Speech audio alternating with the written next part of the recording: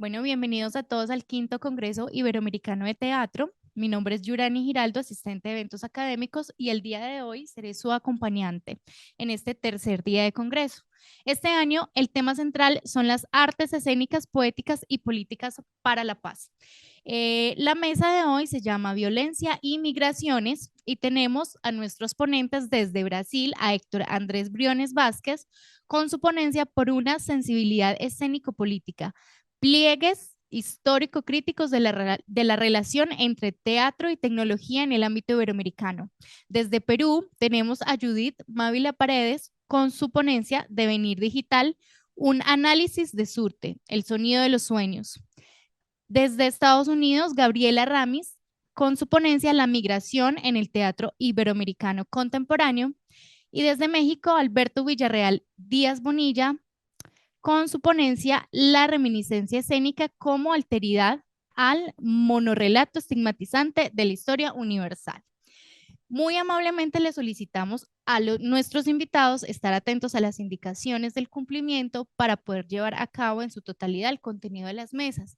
Les recuerdo que tienen 10 minutos para realizar su ponencia y a nuestros asistentes al final vamos a hacer un espacio para preguntas. Si desean, pueden escribir la pregunta y dirigirla y se la podemos dirigir como a nuestros ponentes. Le damos también la bienvenida a todas las personas virtual que nos ven y iniciamos con este tercer día de Congreso. Héctor Andrés Briones Vázquez desde Brasil con su ponencia por una sensibilidad escénico-política. Adelante, maestro. Voy a tomar el tiempo también aquí. Bueno, buenas tardes. Mi nombre, ¿me escuchan? ¿Me escuchan bien?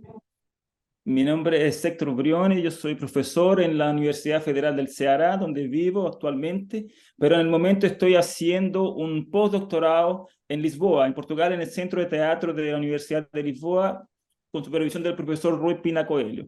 Y estoy haciendo un proyecto que es un mapeo en realidad sobre la relación teatro y tecnología en el ámbito iberoamericano, y es sobre eso que voy a hablar en el título de la ponencia que ya fue dicho. Y entonces lo que esta ponencia propone es discutir voy a leer y voy a hablar para atender el tiempo. Propone discutir una fuerza crítica de la relación escena y tecnología en el teatro iberoamericano dentro del contexto democrático neoliberal. Es un tipo de teatro, lo que estoy buscando y estoy proponiendo, que quiere discutir, que insiste en un saber cuerpo, que abra los hábitos perceptivos, en un saber sensible, que nos devuelva un sentido de lo político. Para eso, yo partí de dos puntos, este proyecto parte de dos puntos. Uno es un libro y otro es una práctica. El libro es este, se llama Elogio de la Lautec.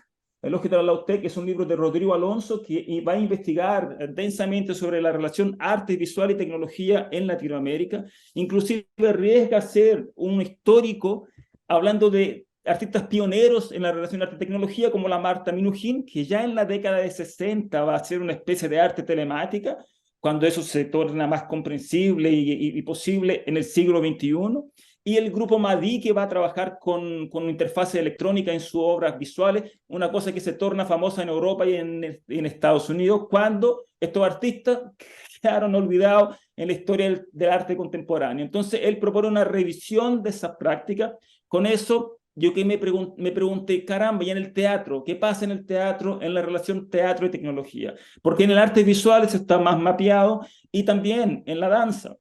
Entonces estudio, y hay muchos grupos que trabajan con tecnología en Latinoamérica, sobre todo también en Iberoamérica, como los teatros en el Perú, Mapa Teatro en Colombia, Teatro Cinema en Chile, Margarita Val en Argentina, Fila 7 en Brasil, Ojo Teatro en México y muchos otros, pero estudios comparativos que atravesen o que hagan atravesamiento, me parecen que no hay tanto en el ámbito teatro y tecnología, en otros ámbitos sí. Y salvo la profesora Silvia Maldini, a quien le agradezco que me ha mandado material, argentina, que ya tiene un estudio más denso de la escena argentina en la relación del teatro y tecnología. Entonces, eso estoy investigando y ahí la ampliación para Iberoamérica se da en dos puntos muy puntuales que yo no voy a hablar, pero lo voy a decir.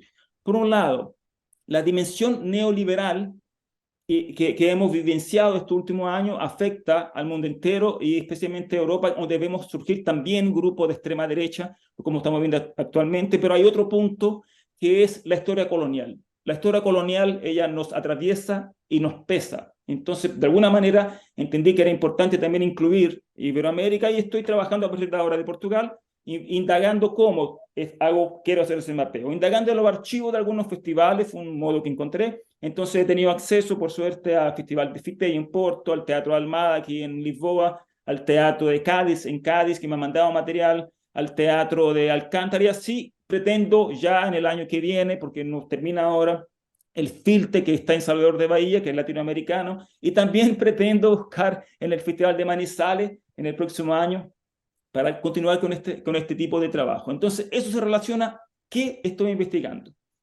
para hacer este mapeo. Eso con el punto 2. El punto 2 tiene que ver con una práctica que yo hago como profesor y como artista, y voy a mostrar un pedacito de un video, porque es imposible no ser llevado por el tema de la extrema derecha en Brasil, justamente cuando voy a poner un video, 4 años con Bolsonaro, y el tema de la podestadura, que en Brasil siempre fue un tabú, ahora emerge y decidimos entonces con el grupo de artistas de la ciudad de Salvador, de Fortaleza, y estudiantes de posgrado, hacer esta intervención porque descubrimos, al dialogar con expresos políticos, un lugar que queda muy cerca de la ciudad, que se llama Fazenda Trapiá, que fue un centro de tortura. Hicimos algunas intervenciones frente a la casa, que es una casa particular, hoy en día con algún miedo hicimos eso, y después presentamos esa imagen en una intervención frente a un monumento que también está en la ciudad de Fortaleza, que es un monumento en homenaje al primer dictador que estuvo la dictadura de 64. Es un espacio vergonzoso que está allá en la ciudad y que no se mueve, que no lo ven, solamente este año lo están reviendo, y aquí hay fotos de la intervención que hicimos con una gran tela en el Museo de la Imagen, y abajo hicimos una especie de palestra performance. Como es que ese tema ha llamado mucho la atención de los artistas, y ahí voy para el mapeo. Es un tema que ha cruzado, por ejemplo, la trilogía del horror de las Cristiane Jataí, que es una pensadora, una senadora brasileña que trabaja con tecnología, pensando el fascismo contemporáneo junto con Bolsonaro en el país, o la propia trilogía que busca la violencia política de Mapa Teatro. Entonces, ¿cómo se da eso? ¿Por qué orienta este mapeo? Y aquí voy entonces a un punto de vista político que he encontrado justamente en este libro. Rodrigo Alonso va a proponer, y voy a proponer, 2 conceptos que están orientando el mapeo, que son, por un lado, lo que Rodrigo va a llamar el sentido de la obsolescencia. Si el high-tech propone una innovación constante del mundo, un perfeccionamiento del mundo a partir de la tecnología, casi una superación de lo humano, el low-tech, críticamente, va a proponer indagar en el sentido de la obsolescencia de la tecnología, o sea, de la constante transitoriedad de la tecnología. Y ahí se conecta con otro concepto de un pensador muy importante en la tecnología, que es Gilbert Simondon, que va a entender, en términos generales, le hace caso a una cosmovisión de la tecnología en el mundo, en el sentido religioso, en el sentido estético, en el sentido tecnológico. Él dice, es una grande tontera ser tecnofílico o tecnofóbico. Lo importante es entender que muchas veces los apologistas de la tecnología, unos tecnócratas, van a decir que la importancia de la tecnología es el automatismo que torna la máquina cada vez más perfecta. Él va a proponer que eso es un error, es una falla lógica. La tecnología va a ganar fuerza a la medida que gane un sentido de lo abierto que permita nuevas conexiones y que sea operado por lo vivo y por lo humano. Por lo tanto, ella no puede pasar por encima. Ahí me interesa juntar esos 2 términos, obsolescencia y apertura, para pensar la práctica contemporánea del teatro. ¿De qué manera? Voy a proponer algunos ejemplos rápidamente, pero me voy a detener un poco en uno, que es justamente una compañía. Voy a mostrar algunas fotos aquí rápidamente. Voy a mostrar las fotos de Teatro Cinema, que es una compañía chilena que monta este montaje llamado Sin Sangre, donde justamente van a vincular teatro y cine. El disturbio perceptivo que provoca en el espectador, si es teatro o es cine, porque esto es lo que vemos, esta imagen de la escena, se junta con otro deslizamiento que ellos hacen con la literatura, porque ellos montan a partir de un romance, de una novela de Alessandro Barico, autor italiano, que se llama Sin Sangre, donde él piensa una posguerra civil, en la cual hay un personaje femenino, que una sobreviviente que se encuentra 50 años después con el asesino de su padre y de su hermano. En el espacio de la escena están esos 2 personajes, y atrás un montón de imágenes sobre la memoria dolorosa de ese tiempo caótico y sangriento. O sea, Si podemos pensar entonces en términos conceptuales que la obsolescencia y la apertura van a implicar también un deslizamiento histórico para pensar un tiempo obsolescente. O sea, lo que hay en la escena es un tiempo, la presencia de un tiempo ausente, de un tiempo obsolescente. Con eso hay un impacto político directo para pensar los dolores del pasado de una forma que tenemos que repensar siempre en el presente lo que estamos haciendo con los dolores del pasado, en alguna medida, en este espectáculo. Eso se piensa entonces lo postdictatorial. Con eso, avanzando ya a otro trabajo, si consideramos que Naomi Klein va a llamar lo que ella llama de capitalismo del desastre, en la cual la postdictadura de Chile sirvió como laboratorio para lo que viniera después, donde son provocados desastres por el Estado o se aprovechan desastres naturales para implementar una mercantilización de la vida, podemos considerar entonces también el trabajo de Mapa Teatro, que va justamente con este trabajo que se llama la limpieza de los establos de Augías de 2004, donde va a empezar el barrio de Santa Inés, el Cartucho, la gentrificación. O sea, consideran a las personas que fueron echadas del lugar por el Estado, les preguntan cómo era la vida pasada y la ponen en esos cubículos con depoimentos, y la obra se constituye en dos espacios. La galería de arte, en la cual se proyectan las imágenes que están siendo tomadas en el espacio en tiempo real, y la propia del espacio con esos depoimentos. O sea, en otro tipo de trabajo que va a pensar de esa manera disruptiva ese acontecimiento de la gentrificación, o también la que tiene Yataí, que con un trabajo llamado La Floresta que Anda, el bosque que camina, va a pensar en ese espacio de intervención espacial en una galería, telas múltiples que se mueven, en la cual se proyectan depoimientos de personas que sufrieron violencia política, y los actores son el propio público. Voy a explicar un poco más de eso. Y por último, quiero hablar también de señor Serrano, que va a trabajar con inteligencia artificial para preguntarse por un nosotros, pero no un nosotros de la colectividad como estamos acostumbrados, sino preguntarse, ¿será un nosotros? ¿Qué es lo que cabe en ese nosotros? O sea, se preguntan por los espacios de convivencia.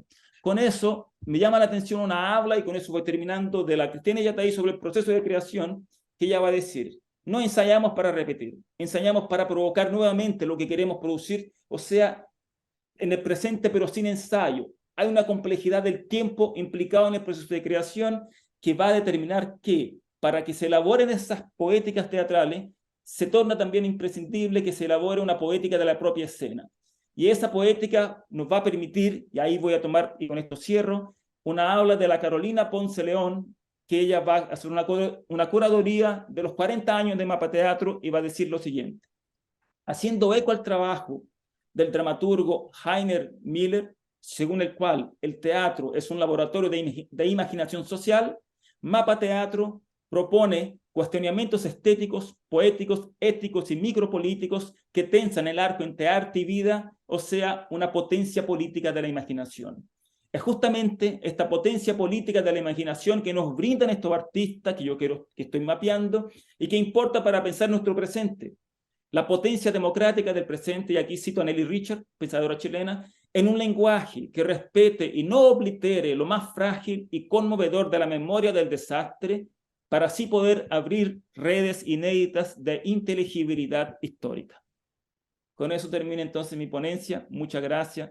Le agradezco mucho y felicito al festival por este congreso.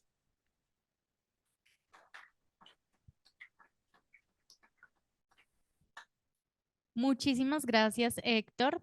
Vamos a continuar con nuestra siguiente panelista desde Perú, Judith Mávila Paredes, con su ponencia Devenir Digital, un análisis de Surte, el sonido de los sueños. Adelante, maestra.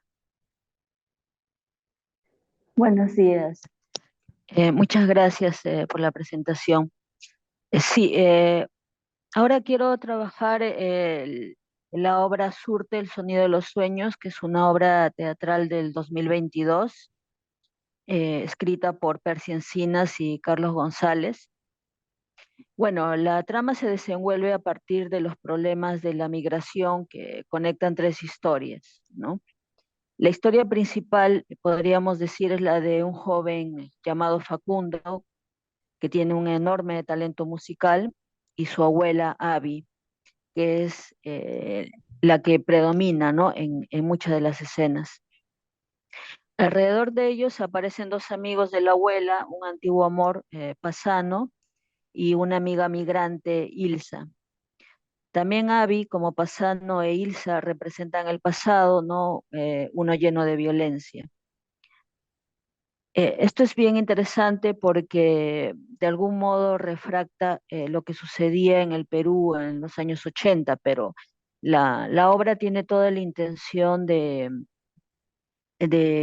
borrar, ¿no? Cualquier similitud a un contexto específico para englobarte más bien con la idea de violencia que puede estar en cualquier momento, en cualquier espacio, en cualquier tiempo, ¿no? El joven migra a otro país, ¿no? Este joven Facundo se va a un país que tampoco sabemos el nombre, ¿no? Solo se puede asumir también por semejanza con la realidad, ¿no? Que pueda ser Estados Unidos, porque es el símbolo, ¿no? Del progreso.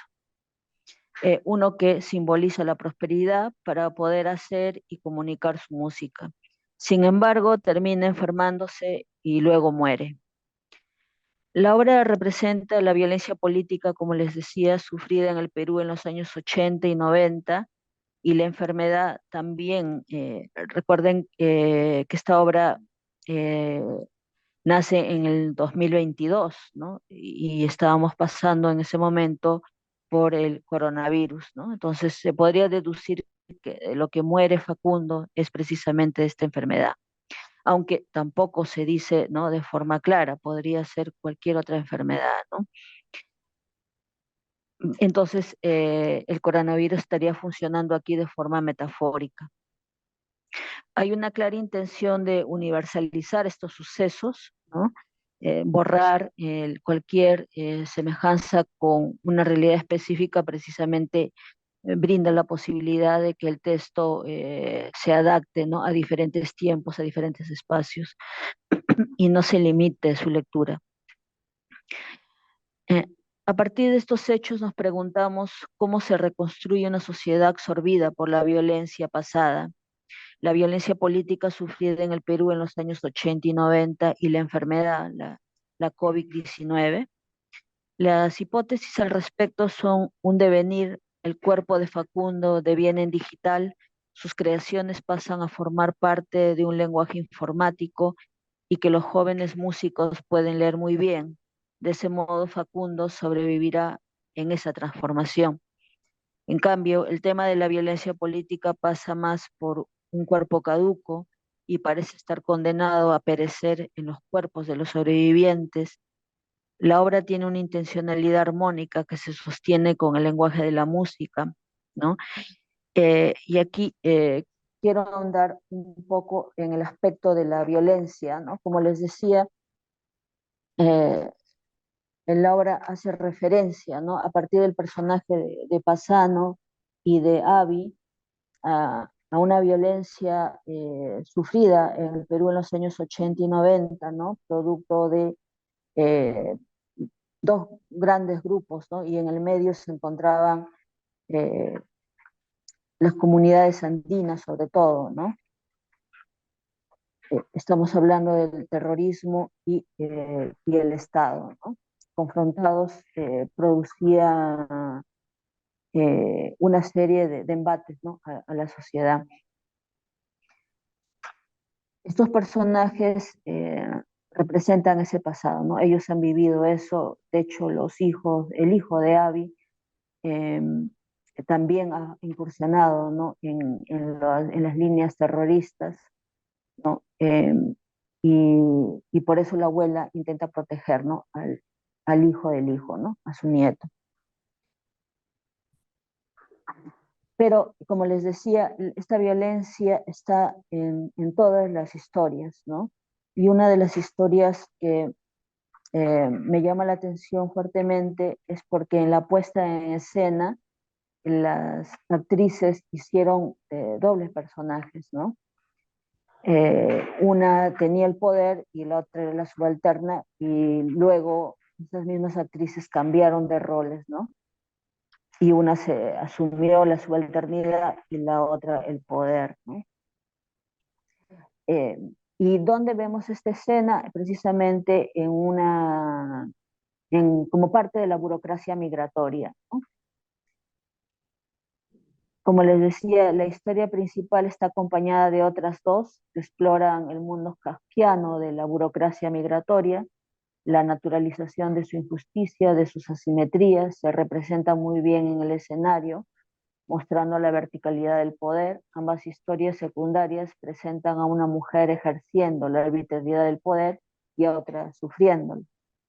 En un acierto de dirección, la obra decide invertir los roles, asignando a las actrices en posiciones contrarias en cada una de las historias, haciendo deliberadamente que sean reconocibles, lo que permite sugerir la contingencia, la volubilidad de la posición que se puede tener en distintos momentos de la vida.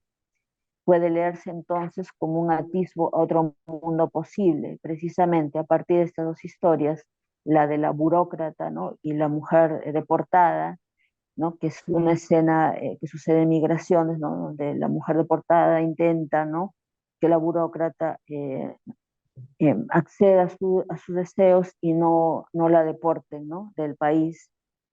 Luego esas mismas actrices con roles invertidos asume el papel de la señora Martel y Lucelia, donde la señora Martel es más bien una mujer que abusa de los migrantes, ¿no?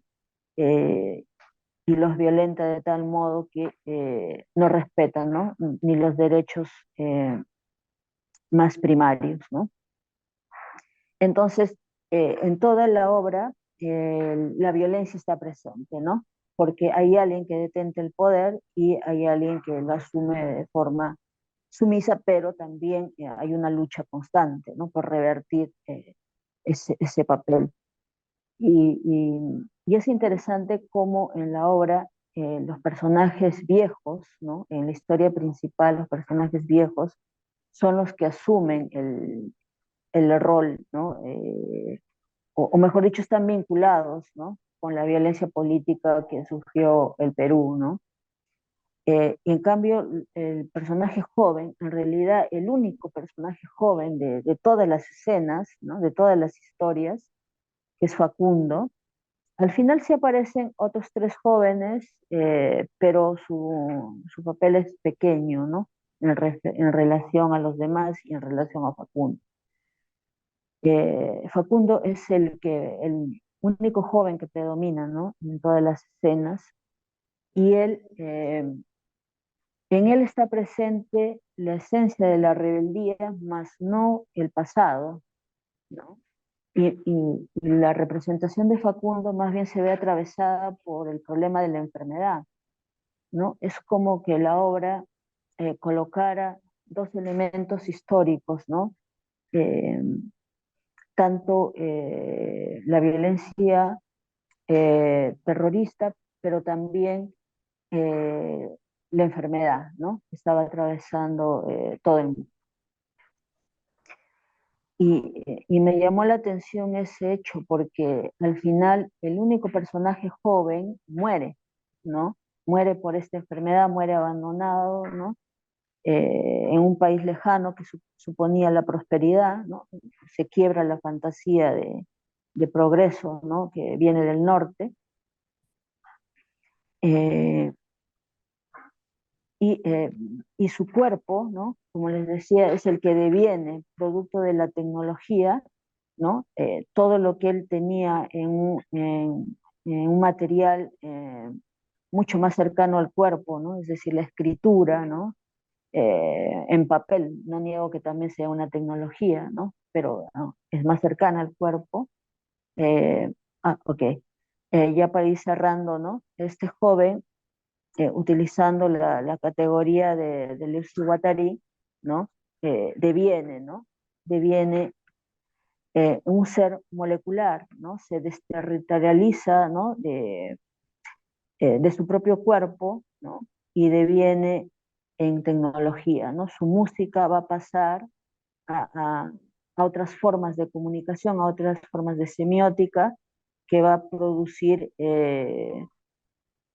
que precisamente los más jóvenes puedan manipular, ¿no? Ese tipo de creación, ¿no? cito aquí lo que dice Deleuze y Guattari, ¿no? Si todos los devenires son moleculares, el animal, la flor o la piedra que devenimos son colectividades moleculares, aisidades, no formas, objetos o sujetos molares que conocemos fuera de nosotros y que reconocemos a fuerza de experiencia, de ciencia o de costumbre, ¿no? Entonces yo añadiría que precisamente ahora ya hay otra forma de asidad, ¿no? Que deviene de la tecnología y gracias a esta el lenguaje musical, ¿no? Es el que pervive y es el que de algún modo crea una armonía en toda la obra, porque lo de la violencia política se queda de forma irresuelta, ¿no? Se queda en los cuerpos viejos, ¿no? Mientras los jóvenes parecen no saber nada al respecto.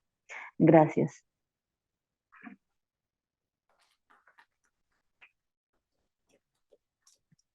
Judith, muchísimas gracias. Continuamos con nuestro siguiente ponente desde Estados Unidos, Gabriela Ramis, con su ponencia La migración en el teatro iberoamericano contemporáneo. Adelante, Gabriela. El movimiento, una condición sine qua non en el teatro, define y rige este arte. La migración está determinada por el movimiento. Quizás este plano común de actores inmigrantes haya llevado a la representación de estos últimos en el escenario desde tiempos inmemoriales.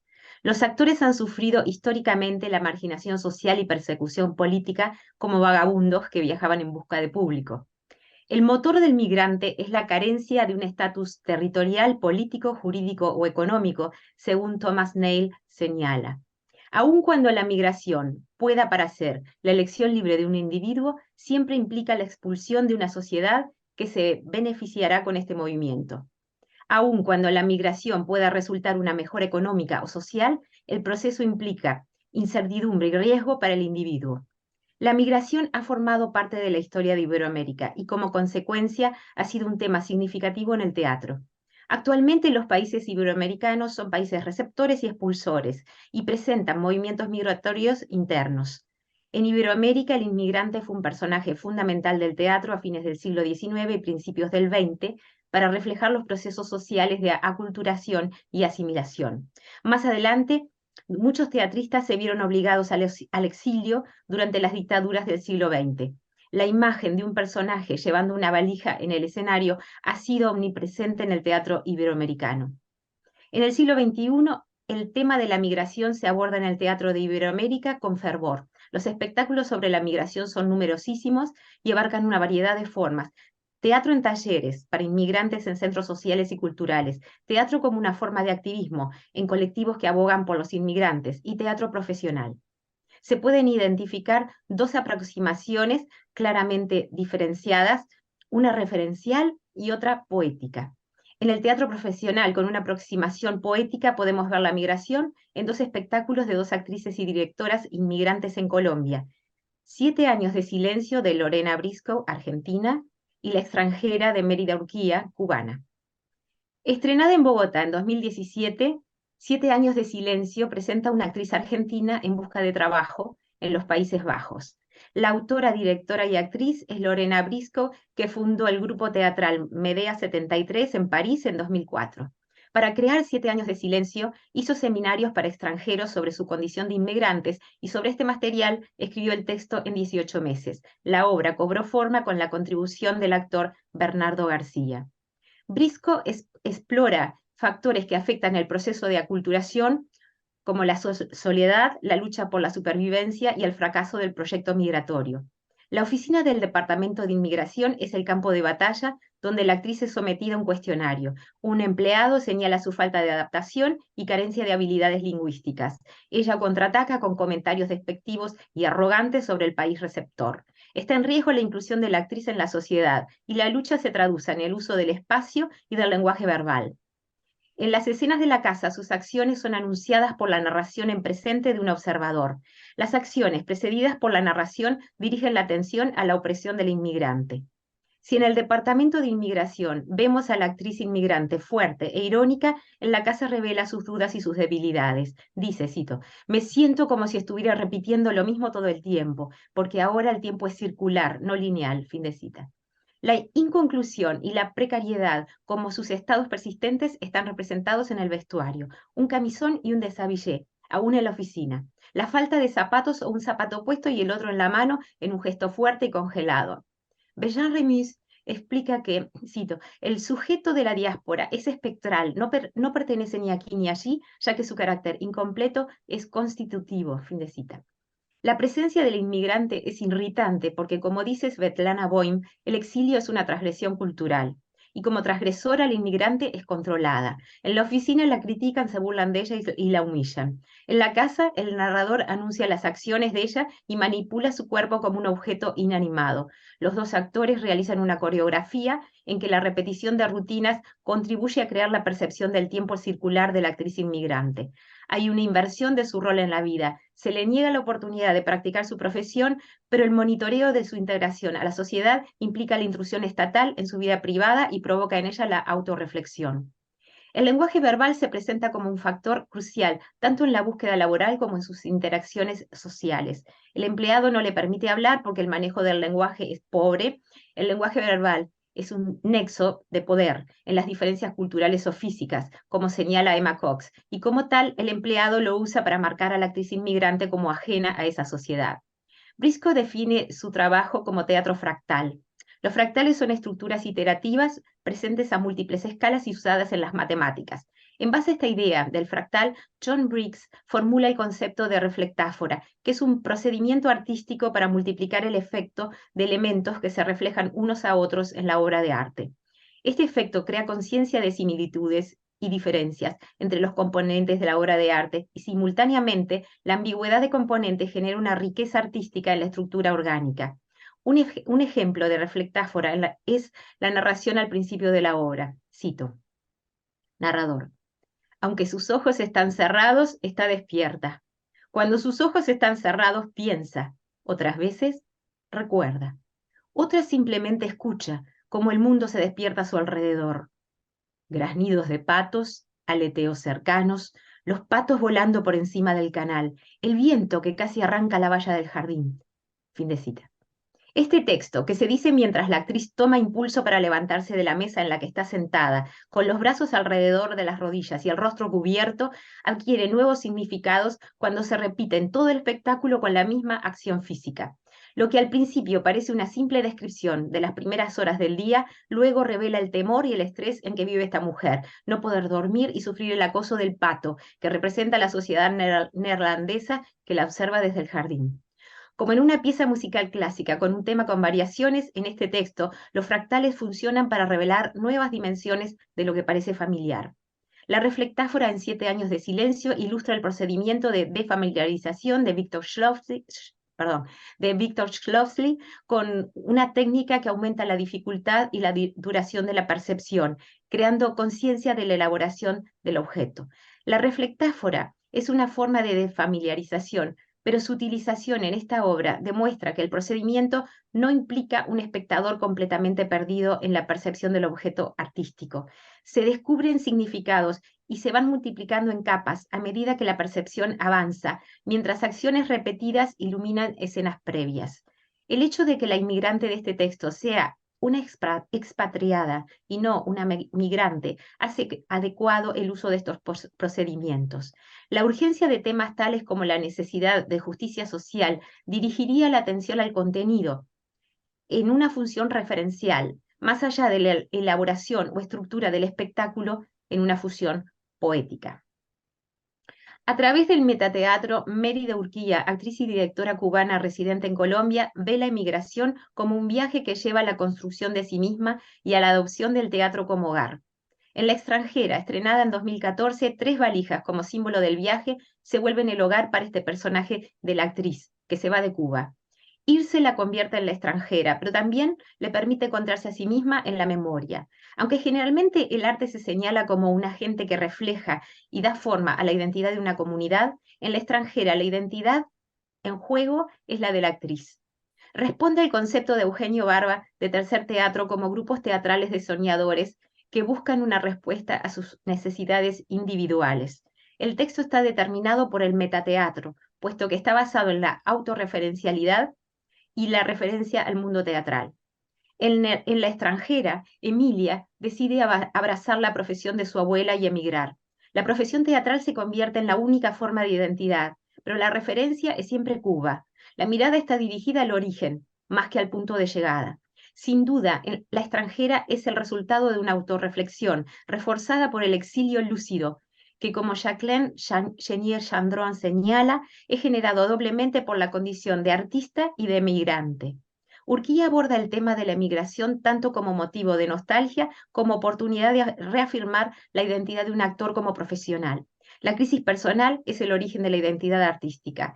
Este es el lente a través del cual Jan Emerson ve el exilio cuando propone centrarse en el tema de la migración como, cito, la condición de crecimiento personal y profesional, la victoria sobre sí mismo en la lucha con las nuevas circunstancias dadas y en la guerra con la inflexibilidad personal, fin de cita, en lugar de mirar a través de los efectos devastadores del exilio.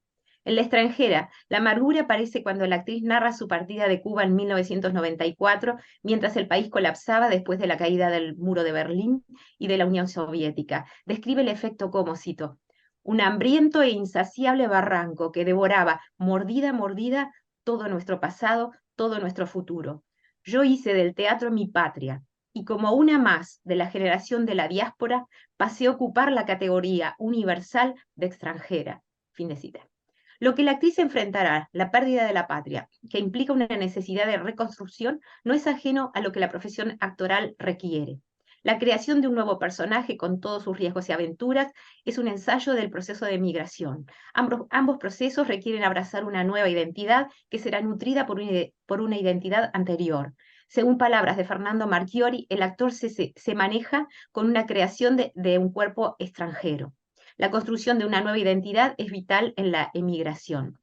Para Emilia hay dos categorías de identidad en juego, la pertenencia y la exclusión, y tiene que luchar en ellas, tanto en Colombia como en Cuba. El personaje afirma dónde se gana la batalla por la pertenencia, cito, aquí, en mi memoria, el único lugar donde no soy extranjera. Fin de cita. Esta asignación de la última palabra al individuo y no a la sociedad construye al individuo como un sujeto de poder. Entre otras funciones sociales, el arte contribuye a reflejar, criticar y darle forma a la identidad de la sociedad. A su vez, la cultura es fundamental en definir qué miembros de la sociedad tienen que estar en el centro y qué miembros tienen que estar en la periferia, dividiendo la sociedad en el ser y el otro. Urquía, como individuo de la periferia, tanto en Colombia como en Cuba, propone una reflexión sobre la identidad, su propia identidad, pero al hacerlo interpela a estas sociedades. Eugenio Barba explica esta inmersión en la autorreflexión como un gesto social.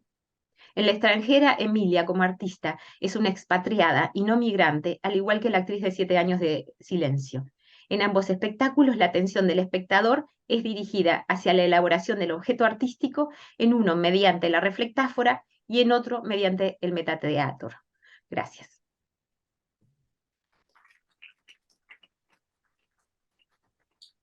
Muchísimas gracias, Gabriela. Continuamos con Alberto Villarreal Díaz desde México con su ponencia La reminiscencia escénica como alteridad al monorrelato estigmatizante de la, abro comillas, historia universal. Adelante, maestro. Muchísimas gracias, muy buenos días y un saludo a todas y a todos. He preparado una ponencia para ustedes. Número 1. 6 trabajos fundamentales tiene la historia. El primero es la expansión del pasado. Entre más construcción historiográfica, más se expande el pasado hacia su futura infinitud. La historia multiplica los hechos pasados. Leer lo historiado sobre lo acontecido en un solo segundo puede prolongarse por años o décadas. El segundo trabajo es la designación, administración e instrumentalización de lo olvidable. La separación entre lo que merece historiarse y lo que debe ser olvidado como una cáscara desechable del pasado. Por tercer trabajo tiene el dar escala y proporción al presente, situarle en un mayor qué o menor qué respecto a otras épocas, constatar su continuidad o escisión con los pasados siglos y establecer su posición en la jerarquía de los tiempos, asignarle valor de cambio, pesarlo y tasarlo. El cuarto trabajo consiste en hacer del pasado monumento. Sea cual sea la escala del presente, siempre debe ser menor respecto al pasado. Pero un monumento histórico no es solo arquitectónico o urbanístico, sino todo libro o publicación construida desde la autoridad monumental del historiador y del prestigio académico en instituciones de piedra, porque toda sentencia histórica debe ser monumental. Por quinto trabajo tiene el proveer las fantasías y las perversiones sobre el futuro, derivadas de los deseos del pasado no realizados, ya que los irrealizados son ya hechos históricos y por ello citables y consultables. Son hechos, no fantasías.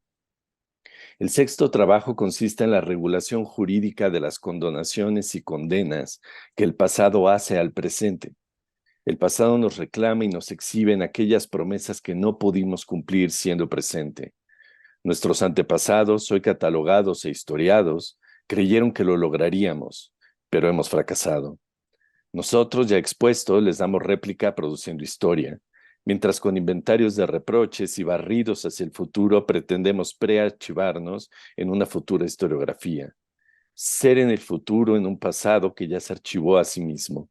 Narcisismo que todo presente intenta. Cumpliendo estos trabajos, la historia se evidencia como voluntad y estrategia, dispositivo en términos de Agamben. Se constituye en un estado-nación de la temporalidad, que produce formas de biopolítica y necropolítica de los cuerpos reales y simbólicos de lo pasado, pero también en una amnepolítica, es decir, una instrumentalización de la amnesia. Desde este ministerio, Secretaría de lo Real Historiado, los estados-nación se fundamentan y autentifican, porque todo estado es un hecho pasado que debe perpetuarse.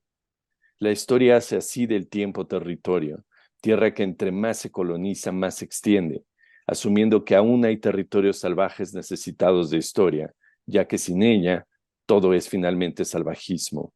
Historia es civilización. 2. Recuerda Paul Ricoeur, cito, los griegos tenían dos palabras, mneme y amnémesis, para designar por una parte el recuerdo como algo que aparece, algo pasivo en definitiva, hasta el punto de caracterizar como afección o pathos su llegada a la mente, y por otra parte el recuerdo como objeto de una búsqueda o llamada, de rememoración, de recolección. Fin de cita. El llamar se dirige hacia lo que se asume desea dar una respuesta. Hay una voluntad a la que convocar. El pasado aparece así no como lo muerto, sino como la voluntad de lo que persiste en estar vivo, lo suspendido que anhela manifestarse de nuevo. El presente es así el espacio de vaciamiento de la vida pasada, donde lo acontecido se actualiza, suplantando la lógica de la sucesión histórica. El presente es zona donde el pasado se desborda, colapsando el orden del tiempo, donde el pasado se convierte en un porvenir, porque lo que se desborda ahora seguirá haciéndolo en el futuro. Este desbordamiento es la reminiscencia. En ella, lo vivo y lo muerto pasados deben comprenderse en términos de flujo, de emergencia y de supervivencia. No es un retorno de lo pasado, sino su actualización. El pasado es monstruo devorador que exige se le ofrende el presente. El pasado no es el territorio de lo muerto, sino por el contrario, el de una insaciable vitalidad que se expande. Si este presente no le es propicio, buscará el siguiente. Esta fuerza que burla la secuencialidad de la historia es lo reminiscente, acontecimiento donde el pasado se actualiza diluyendo la lógica de la generación por sucesión, rebasando el orden histórico en tanto estructura y curaduría. Para la historia, producir conocimiento histórico fundado en el documento monumento es una plusvalía, un bien concreto, un rédito y ganancia que se enajena y en el que se invierte. El conocimiento no es solo poder, sino propiedad y capital. La reminiscencia es una situación de determinación, donde el pasado se modifica de hecho concluido a un continuum que permanece aconteciendo. El presente es solo el residuo del pasado. La reminiscencia no puede ser historiografiada, solo puede ser anunciada, intuida, atestiguada. Por ello, toda reminiscencia es escenificación. 3. El ángel de la historia de Walter Benjamin, en tanto ángel que desciende, debería revelar un mensaje, pero el ángel de la historia, como el del paraíso, no trae la buena nueva, sino la expulsión. Necesario es mirar el epígrafe del pasaje 9 en sus tesis sobre la historia. La cita de Scholem proviene del Angelus. Cito, aún fuera yo tiempo vivo. Fin de cita. Benjamin revela que con ella, por medio del erudito de la Cábala, el anhelo de la historia de no solo atestiguar lo pasado, sino de ser productora de vida. Si para Benjamin la historia tiene un ángel, las reminiscencias escénicas son sus demonios.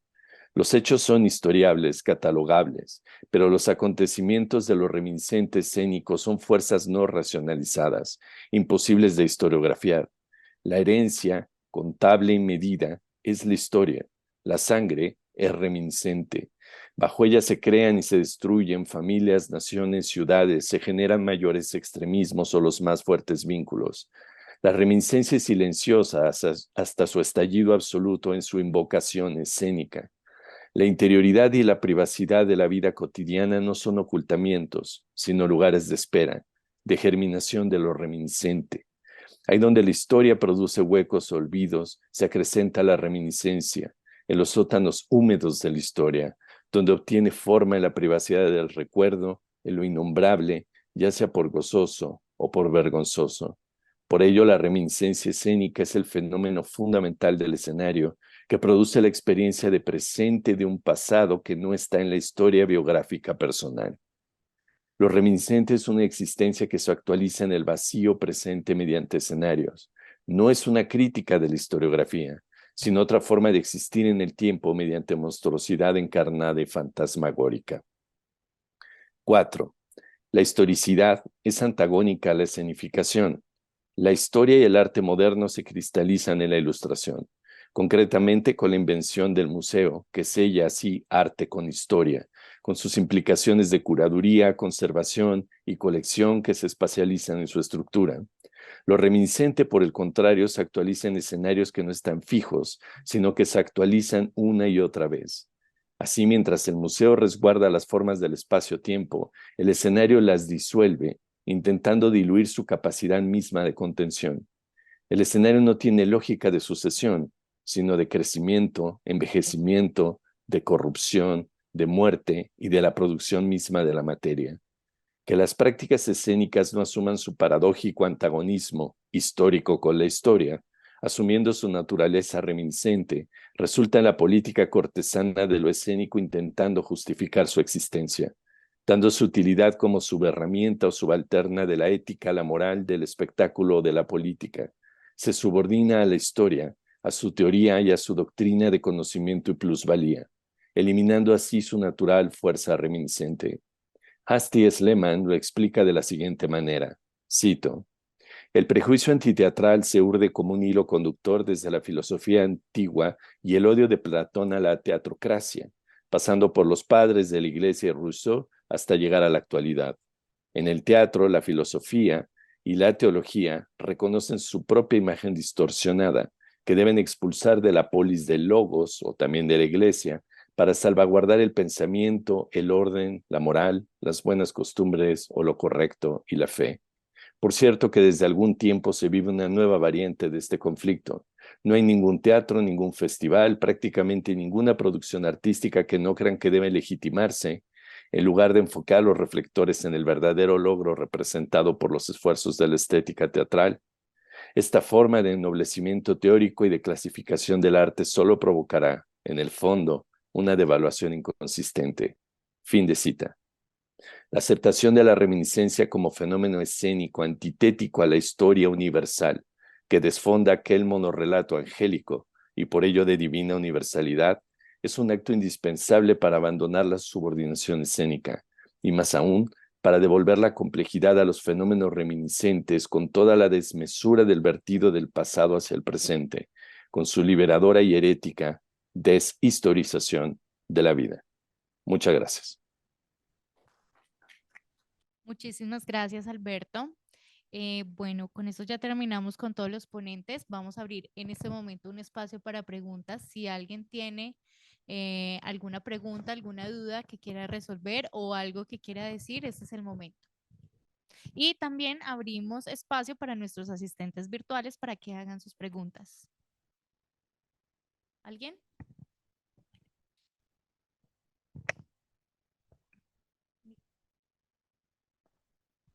Tenemos una pregunta. Bueno, muchas gracias. Se escucha bien, ¿verdad? Quería preguntarle a Héctor Briones, el primer ponente, me gustaría preguntarle cómo considera a la producción escénica, ¿no? Como acción profesional orientada a la materialización del espectáculo en el vínculo que él establece entre la relación teatro-tecnología. O sea, suponiendo que lo haya pensado, me gustaría saber qué pensamiento tiene al respecto. Gracias.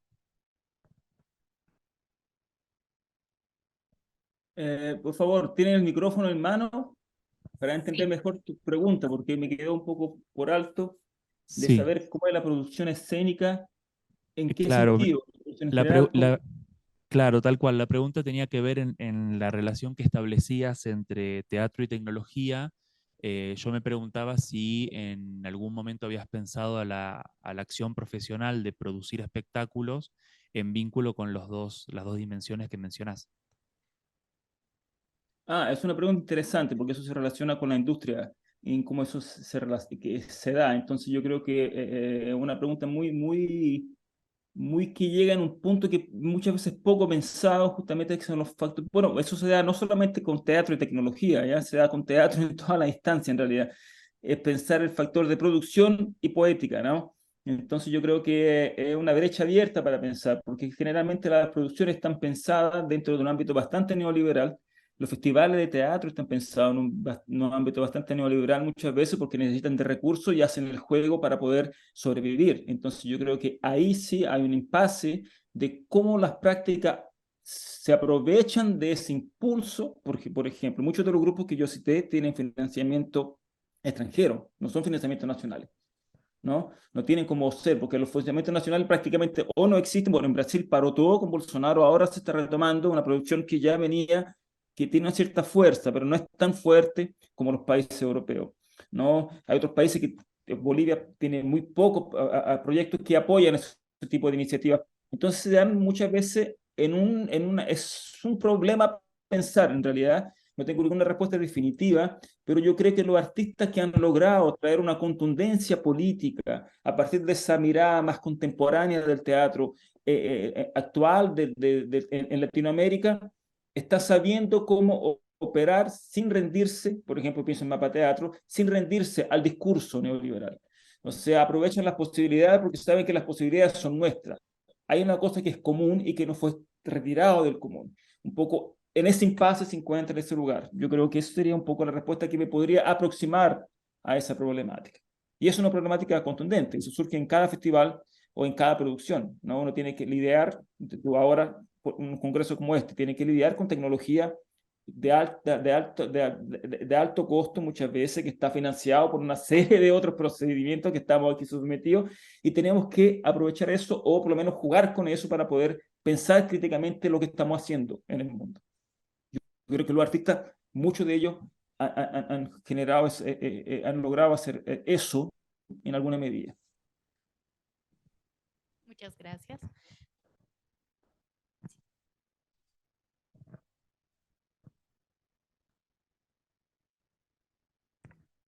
Bueno, buenos días. Para el último ponente, me parecía muy interesante esta idea de la reminiscencia como un espacio no historiable.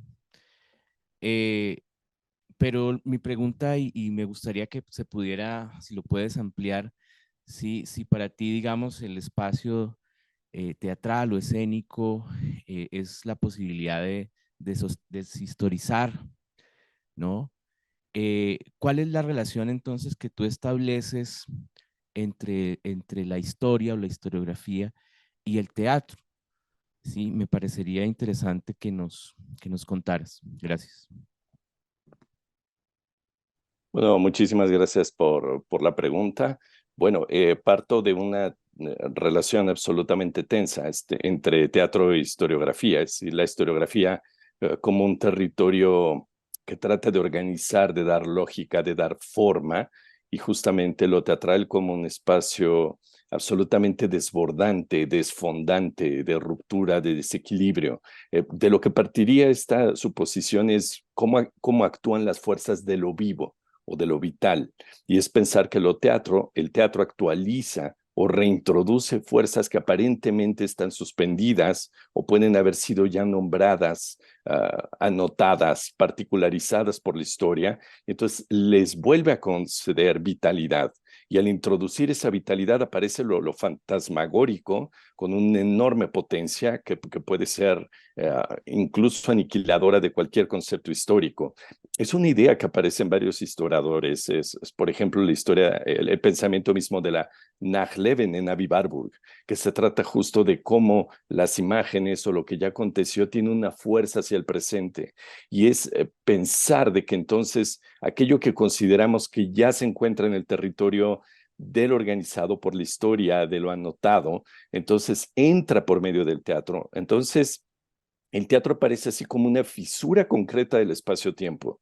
Y esto conectaría con planteamientos o reflexiones que existen dentro de la mecánica cuántica, dentro de la producción del espacio-tiempo. Es decir, sería un planteamiento casi antikantiano, de cierta forma.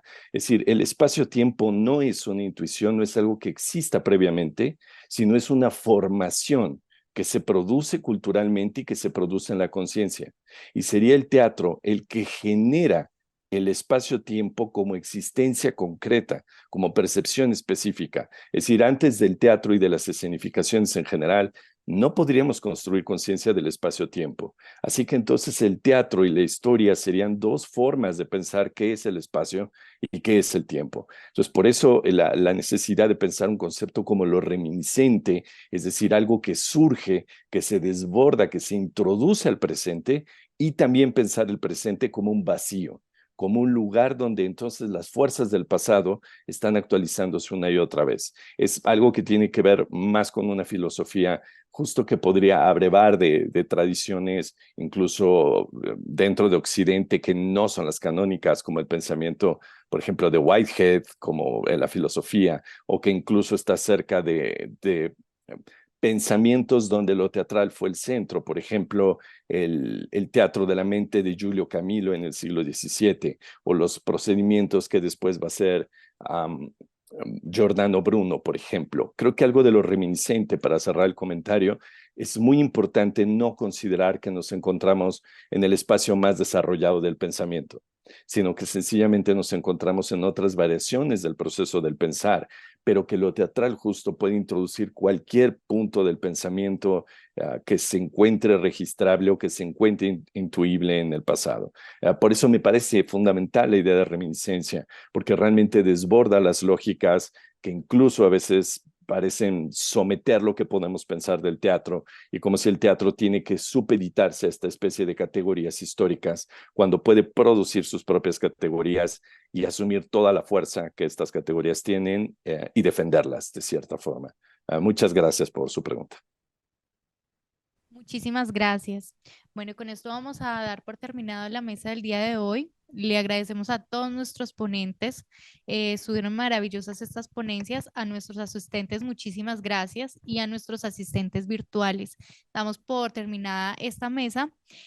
Vamos a hacer un receso de 15 minutos hasta abrimos nuevamente mesa a las 11:15 de la mañana y los esperamos en la mesa 3. Vamos a estar con documental, oprimido, testimonial, periodístico, y en la mesa 4, transformación social 2. Los esperamos y muchísimas gracias por su asistencia y participación. Gracias, ponentes. Muchísimas gracias.